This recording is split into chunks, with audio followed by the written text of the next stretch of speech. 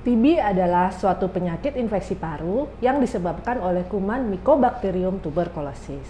Indonesia menduduki peringkat kedua dengan jumlah penderita TB terbanyak di dunia. Penyakit ini bersifat menular dan dapat ditularkan dengan mudah melalui percikan air liur atau ludah seseorang yang terinfeksi. Seperti kita ketahui, TB juga dapat mengakibatkan kematian, kurang lebih 10,8%. Namun jangan khawatir, karena TB juga dapat disembuhkan. Lalu akan menimbul pertanyaan, bagaimana cara menyembuhkan seseorang jika terinfeksi TBC? Untuk mengetahui lebih dalam mengenai tuberkulosis pada anak dan dewasa, yuk kita bahas melalui Tanya Dokter Mika.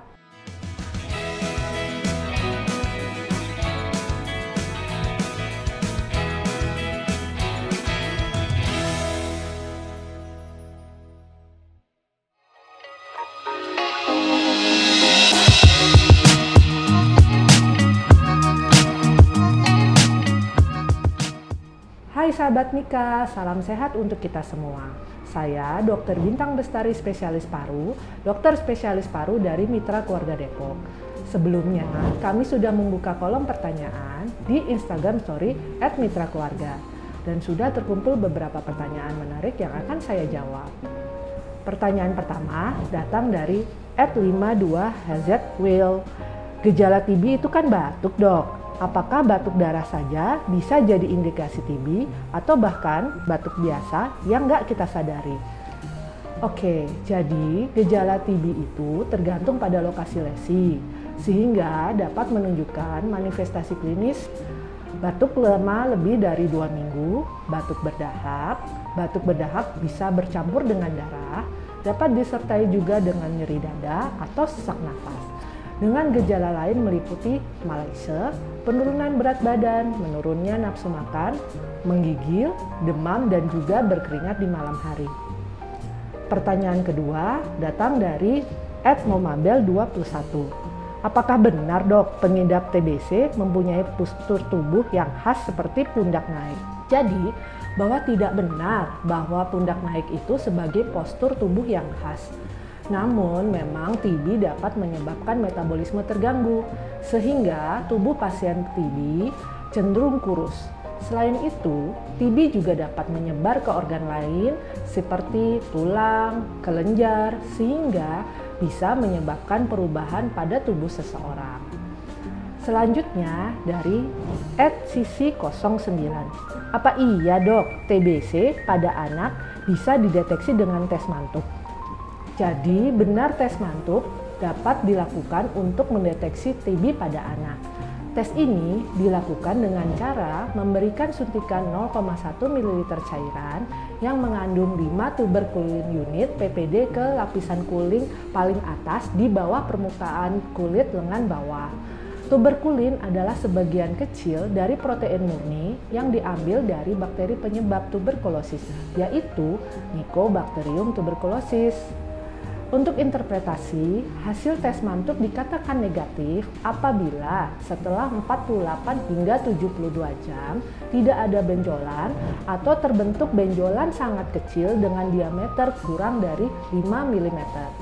Hal ini berarti pasien dalam keadaan normal tidak terpapar dengan bakteri tuberkulosis.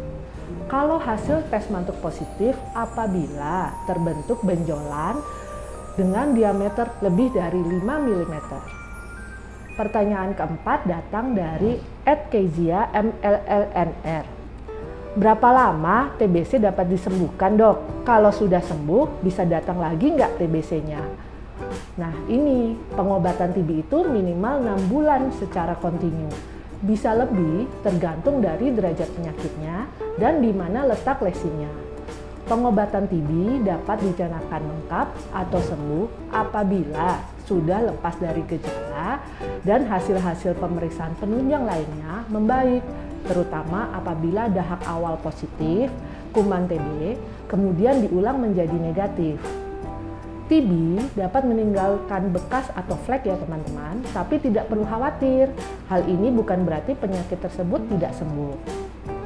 TB dapat juga menyerang pasien yang sama untuk kedua kalinya, bahkan lebih, Dan apabila kembali terjangkit, pasien harus melakukan pengobatan yang sama seperti pertama kali dia terkena, jika memang masih sensitif terhadap obatnya. Namun, apabila terjadi TB kebal obat, maka pengobatan akan menggunakan regimen TB kebal obat.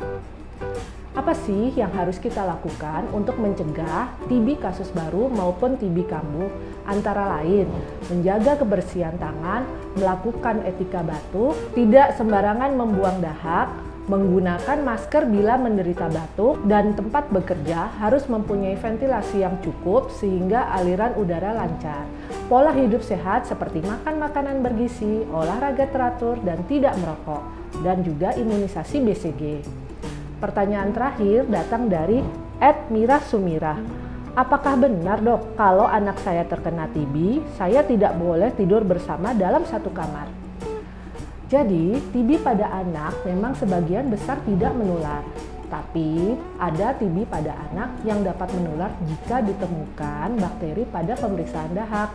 TB pada anak tidak menular dikarenakan anak-anak cenderung memiliki sedikit bakteri dalam sekresi lendirnya. Dan batuknya tidak terlalu efektif untuk mengakibatkan berkembangnya bakteri. Oleh karena masih ada kemungkinan TB pada anak yang menular, maka tetap tidak disarankan tidur bersama dalam satu kamar. Semoga penjelasan dari saya dapat membantu sahabat Mika ya.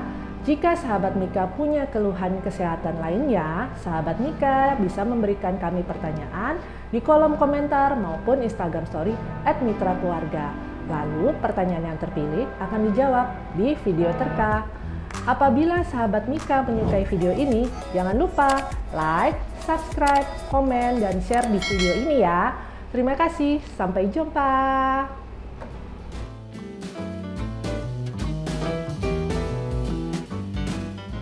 Mitra Keluarga, Life, Love, Laughter.